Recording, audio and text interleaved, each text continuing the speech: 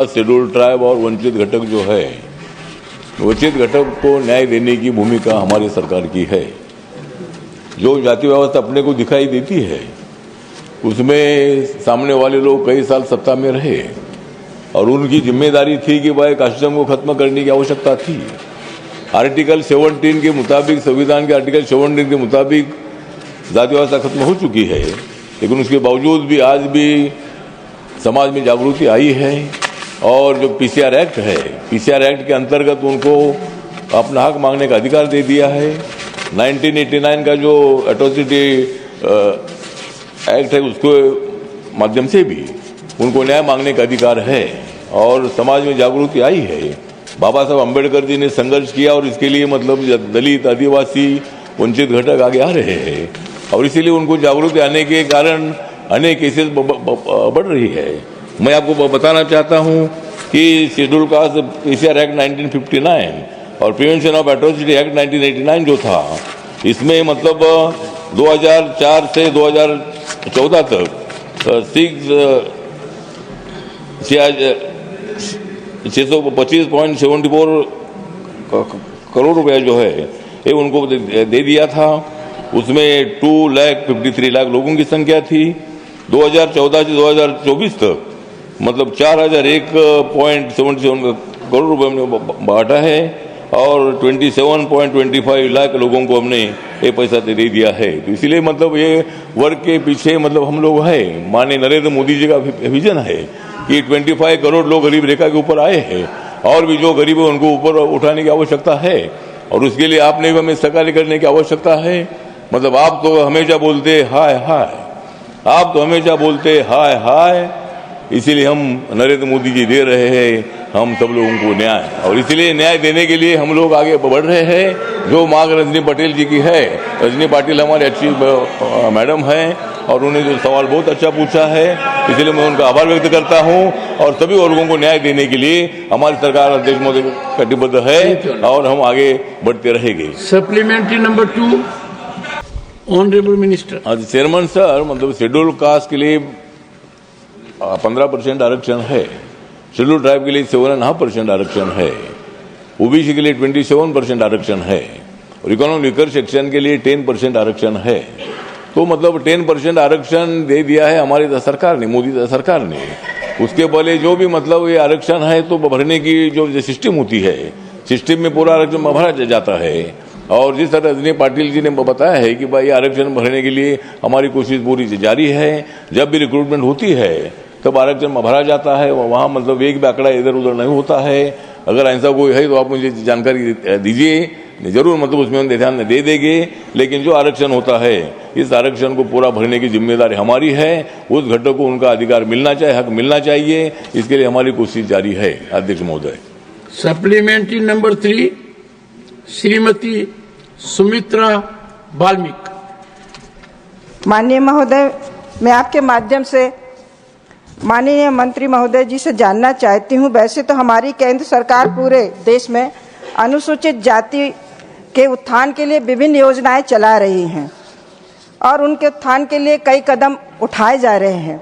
महोदय, मेरा प्रश्न है कि मध्य प्रदेश में पीएम अजय योजना के द्वारा किस प्रकार से अनुसूचित जाति बाहुल गांव का विकास हो रहा है तथा मध्य प्रदेश में कौशल विकास योजना के अंतर्गत नियोजित और स्वरोजगार प्राप्त लाभार्थियों की संख्या, अनुदान सहायता घटक का विवरण माननीय महोदय से जानना चाहती हूँ। माननीय मंत्री जी।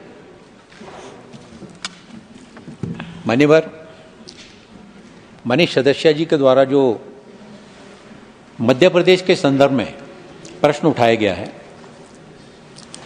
देश के प्रधानमंत्री आदरणीय नरेंद्र मोदी जी के नेतृत्व में समाज की सबसे अंतिम पंक्ति के अंतिम छोर पर जो व्यक्ति है, उस अंतिम छोर के व्यक्ति के विकास के लिए, उनके सामाजिक, आर्थिक, शैक्षणिक सशक्तिकरण के लिए बहुत सारी योजनाएं बनाई गई।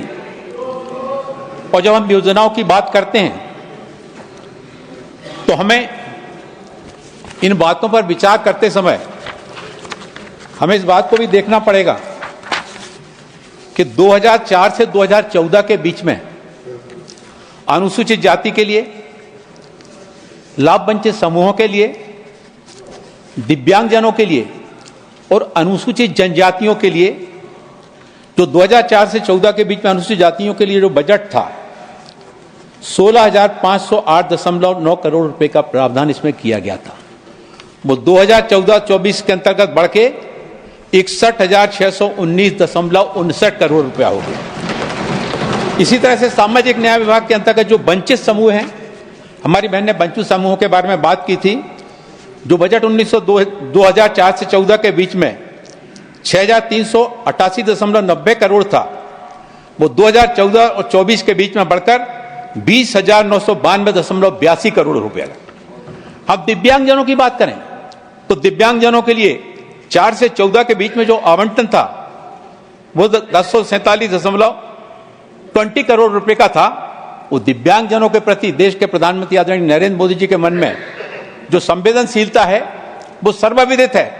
पहली बार उन्होंने इनको दिव्यांगता से जो संबोधित किया, इससे दिव्यांगजनों के मन में एक उत्साह का वातावरण आया और ये जो 1048.20 करोड़ बजट था ये बढ़कर 8,821.71 करोड़ रुपया हो गया। इसी तरह से अनुसूचित जनजाति के हमारे समुदाय के बंधुओं के लिए जो बजट 13,449.28 करोड़ था वो 2014-24 के बीच में बढ़कर इन 10 वर्षों में 51,276.92 करोड़ रुपया हो गया। ये आंकड़े इस बात को बताते हैं कि केंद्र सरकार वंचित समूहों के लिए, समाज के सबसे अंतिम छोर के अंतिम स्थान पर बैठे हुए व्यक्ति के समग्र विकास के लिए किस तरह से उनके विकास के लिए संवेदनशीलता के साथ में काम कर रही है। यहां तक मेरी बहन ने मध्य प्रदेश में पीएम अजय योजना के संदर्भ में वहां पर अनुसूचित जाति बाहुल्य गांव में किस तरह से काम हो रहा है, माननीय बारे में बतलाना चाहता हूं, अवगत कराना चाहता हूं। प्रधानमंत्री अभ्युदय योजना, जिसको पीएम अजय योजना के नाम से जाना जाता है, ऐसे गांव जो 500 या 500 से ज्यादा की आबादी के गांव हैं और जिसमें 40% आबादी अनुसूचित जाति के बंधुओं की है, ऐसे गांव को प्रधानमंत्री अजय योजना के अंतर्गत आदर्श ग्राम योजना में शामिल किया गया। इसमें 3 घटक हैं, आदर्श ग्राम, अनुदान सहायता और छात्रावास। इन 3 घटकों के अंदर यहां देश भर में बहुत सारे कार्य हुए हैं, जिसमें लगभग हम अगर पूरे देश की बात करें तो आदर्श ग्राम घटक के अंतर्गत 23 राज्यों में और केंद्र शासित प्रदेशों में 1628.64 करोड़ रुपए जारी किए गए और 11,022 गांवों को आदर्श गांव घोषित किया गया। अनुदान सहायता घटक की अगर बात की जाए तो 2,01,006 लाभार्थियों को 1244.849 करोड़ रुपए प्रदान किए गए और इसी तरह से छात्रावास घटक के अंतर्गत 69,212 लाभार्थियों को कवर करने के लिए 866 छात्रावासों के निर्माण के लिए 936.27 करोड़ रुपया मंजूर किए गए। ये बताते हैं कि हम अंतिम गांव के, जो हमारा गांव है, अंतिम छोर पर रहने वाला व्यक्ति है, उसके समग्र विकास के लिए भारत सरकार माननीय मोदी जी के नेतृत्व में पूरी संवेदनशीलता के साथ में इस क्षेत्र में काम कर रही है।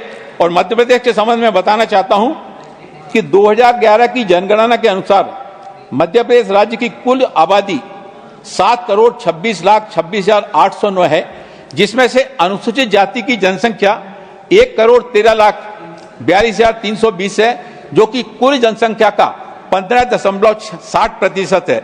जो केंद्र प्रायोजित योजना है पीएम अजय योजना, इस योजना के कार्यान्वयन के लिए मध्य प्रदेश में 3 घटकों के लिए, यानी आदर्श ग्राम के लिए, अनुदान सहायता के लिए और छात्रावास के लिए 1690 चयनित गांवों के लिए 210.74 करोड़ रुपया जारी किए गए और चयनित 1690 गांवों में से 1223 गांवों को मध्य प्रदेश में